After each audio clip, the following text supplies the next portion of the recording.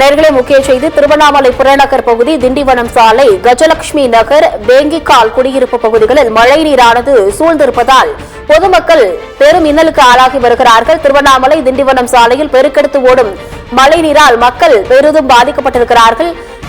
அந்த மழை நீரில் மீன்பிடித்து இளைஞர்கள் மகிழ்ச்சியில் ஈடுபட்டு வருகிறார்கள். தற்போது இந்த காட்சிகளை பார்க்கலாம்.